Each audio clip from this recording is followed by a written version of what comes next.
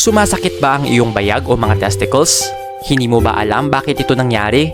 Sa video na ito, i-discuss natin ang ilang mga posibleng dahilan. Bago natin simulan ang video na ito, huwag kalimutan mag-subscribe sa aming channel para sa mga health and love life lessons at huwag kalimutan pindutin ang bell button para lagi maging updated sa aming mga bagong videos. Ito na ang ilang dahilan bakit sumasakit ang iyong bayag o testicles. Una, baka nadali o natamaan. Kung ikaw ay aktibo sa sports, lalo na yung medyo brusko ang laro, o di kaya kung ikaw ay nasipa sa bayag, natural ito'y mamamaga. Maaari rin itong mangyari sa mga mahiling magbisikleta. Subalit kalimitan naman ito'y nawawala rin sa ilang araw lamang. Para makaiwas, magsuot ng tamang brief o underwear, yung hindi masikip. Pangalawa, impeksyon, STD man o hindi. Kung ikaw naman ay aktibo sa sex o malikot, pwede ring maging isang sintomas ay pamamaga at pagkirot sa mga bayag. Isa ring impeksyon na hindi naman STD, ngunit maaari ring makaapekto ay ang beke. Kung ikaw ay may beke o nagkaroon ng beke kamakailan lang, ito'y isang konsiderasyon. Magpatingin ka agad sa doktor kung ganito ang kaso. Pangatlo,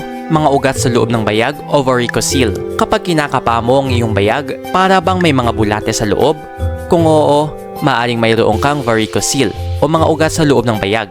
Bagamat hindi naman itong seryosong karamdaman, maaari itong magdulot ng kirot. Pang-apat, luslos o hernia. Kapag ba ikaw ay napapagalaw, napapaubo o napapahatching, mas lumala ang sakit at minsan ba parang may nalaglag na bahagi ng iyong tiyan sa iyong bayag at umuumbok ito, ngunit bumabalik rin sa normal? Kung oo, maaaring mayroon kang luslos. Panglima, pagkapulupot ng mga itlog o testicular torsion.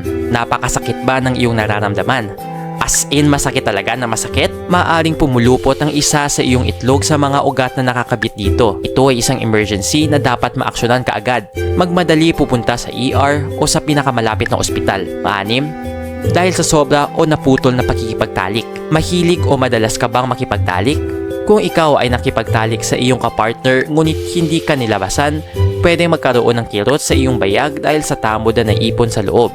Nakaredy na dapat sila, ngunit naudlot, kaya masakit. Mawawala rin ito ng kusa. Para sa iba, ang pagjajakol ay nakakatulong. Pangpito, bato sa bato. Ang pagkakaroon ng bato sa bato ay makirot na makirot. Gumuguhit mula sa tagiliran pababa. May mga kasamang sintomas ito gaya ng makirot na pag-ihi o ihi na mapula dahil may kahalong dugo. Ang pagkirot ay dahil sa isang bato sa bato na nalaglag at pilit na dumadaloy palabas. Pangwalo, cancer sa itlog o testicular cancer. Bagamat ito'y bihira, dapat rin itong ikonsidera sapagkat ito ay pinakakaraniwang cancer sa mga binatang lalaki mula edad 18 hanggang 35. Kapain mo ang iyong bayag. May parang bukol ba? Hindi ba pantay? Kung oo, magpatingin agad sa doktor upang masuri. Kung maaga makita, mataas ang probabilidad na maagapan ito. Nag-enjoy ka ba sa video ito? Please hit the like button and subscribe sa aming channel para sa iba pang video tulad nito. Salamat sa panonood!